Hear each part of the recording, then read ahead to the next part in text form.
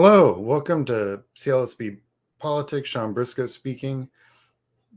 I wanted to talk about something that has never happened before in politics in America. LULAC has endorsed Kamala for president. Now you're like, oh, it's a group they endorse all the time. LULAC's been around since 1920s and they've never endorsed. So I thought I'd just share a little bit of history and background on what LULAC actually has been working for the last 100 years. Them endorsing Kamala is a really big deal.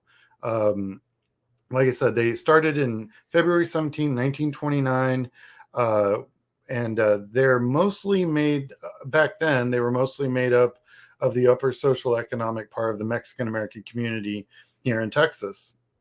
They've since grown into a national organization.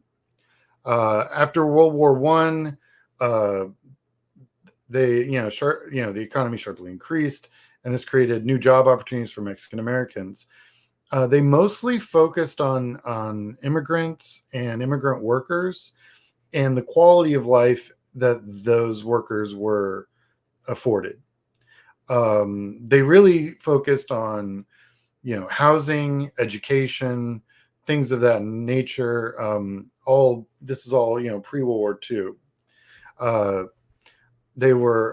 They actually formed as combining Mexican American organizations like the Older Sons of America, Knights of America, League of Latin American Citizens. They all came together and formed what is now LULAC.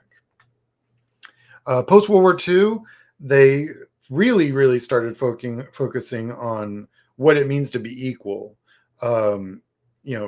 They centered on institutional reforms for housing, things of that nature. They organized labor.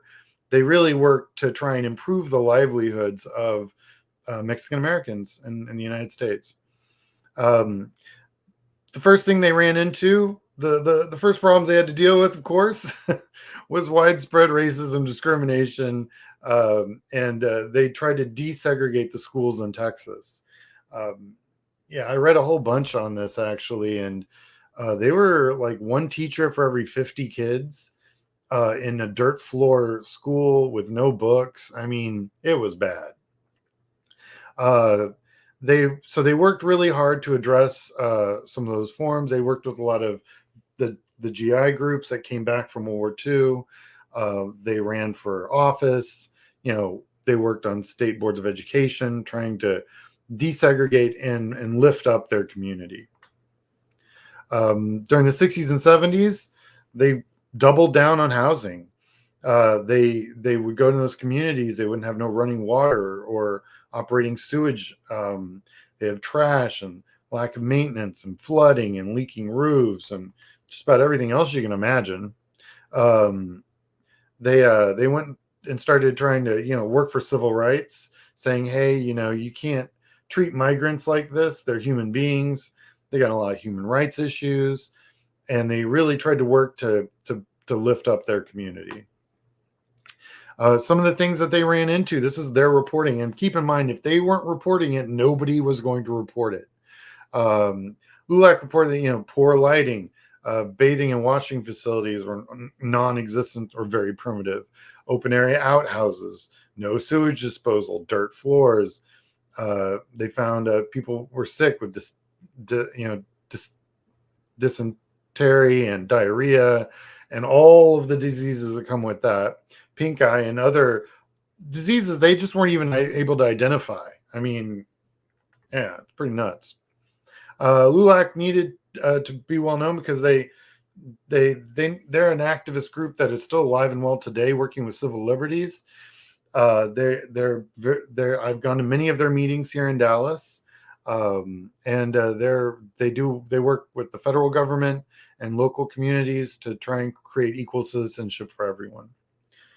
They're a big deal in the civil rights movement for Mexican Americans. My quote is, "Education is the most powerful weapon which you can use to change the world." Nelson Mandela. Thank you for watching. Like and subscribe.